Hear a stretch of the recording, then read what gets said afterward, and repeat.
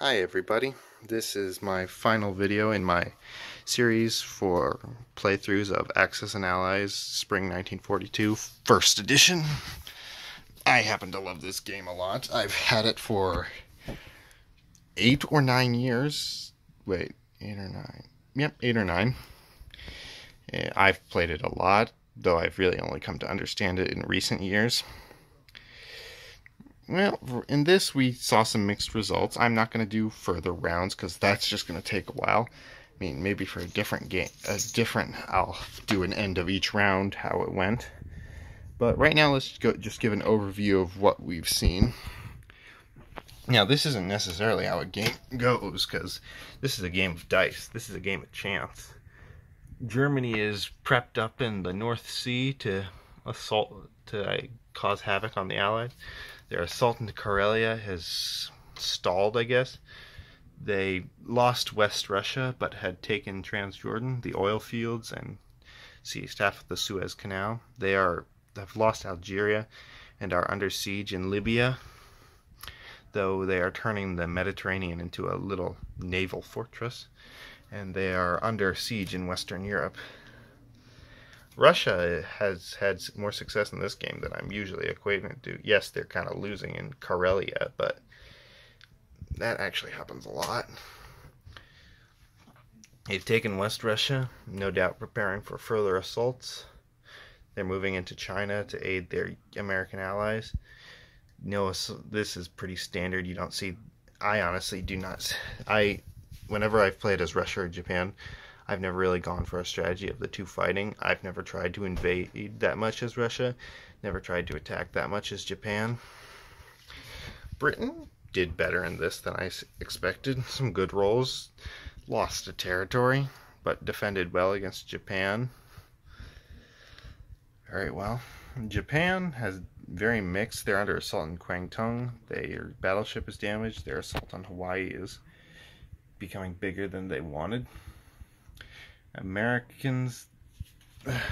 can recover quickly in this game. They can, like this right here, well, I wouldn't say recover quickly, but this right here, this assault it would take a while for any other ally to recover, but this will set America back like a round or two.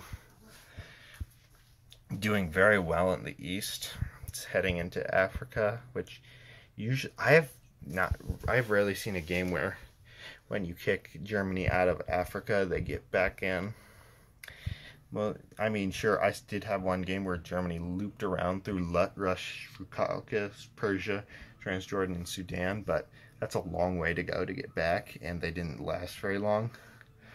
Plus when their assault into India failed and they pushed back, they were pretty much cut off. Russia has increased to 26 IPCs in this. That's good for them. Britain's still down. Japan is at 30, same as they started. Germany, while taking territory, lost more than it gained, so is at 38. And US is up by 1. Nothing to be impressed with, but nothing to feel ashamed of. I do really like this game. But I still hope to get the second edition because, again, this one is old. It's not in the best of conditions. And I still love it. I probably still will play it, but the box is falling apart and I want to keep this all together. The second edition would be a good replacement, though I do hear that this fall, Axis and Allies Avalon Hill, Wizards of the Coast, whichever, is re-releasing their 50th anniversary, which has China and Italy.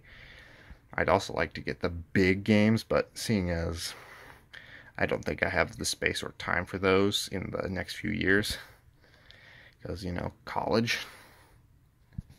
But, alas, I also really want to get the 1914 game because I love World War I. I love that one's different mechanics. But anywho, I hope this has been helpful for just some opening ideas and where to run from here. Well, yeah, you know what? Let me just tell you what. As Russia, whatever strategy you have with Russia, if you're at this point, I would continue push into Ukraine, Belarusia, push back in Karelia, If you can, because if you can keep Karelia, and then you can, better yet, if you can take Eastern Europe, you pretty much, well, you can pretty easily, if you get Eastern Europe, you can isolate Norway, and you've got a door right into Germany. Advancing into China isn't something I do see too often, because usually things go badly for Russia, so they have to focus on defending their own territories than supporting their allies. This up here is the makings of a major assault, but for now it's just a defensive position. Germany, not as Germany isn't doing as well in this first opening round as they usually do. It's not a bad position. They can bounce back. Germany can assault Persia, maybe loop through Kazakhstan or Caucasus, get a pincer movement going. And don't forget, they can easily cross the Mediterranean because it's just one sea zone, and their battleship and destroyers can aid. And they can also easily push the Brits out of Western Europe. And speaking of the Brits, things are still difficult for them. They're spread out. The factory will help them, but they're not generating as much income. If you can, well, I think a lot of people think that Russia is the easiest to take out because you're right on their doorstep of their territory. You can send units right in there. I think a lot of people forget that Britain, you have to cross the sea. Once you take that out, all of this goes up for grabs. So Britain still has a hard game ahead. Japan, still in a good state. Their forces aren't divided. Yes, they're getting a kind of a pinch on both sides, which that could be bad. You could go up or down, completely take away all their resources. But Japan can still pull through. US, as always in these games, US and Germany are probably the best two nations to play as is for beginners. Germany for the beginner who wants to go right into the fighting and go all nuts, and US for the beginner who wants to keep back a little, just watch, because you are the last one to go. I've rambled on for about 7 minutes now, so goodbye. I hope you've enjoyed this, and who knows, in the future, you might see Axis and Allies 1941, maybe Normandy. And my brother and I are talking of doing Lord of the Rings Risk, because that's just that's a fun version of Risk to play. See ya.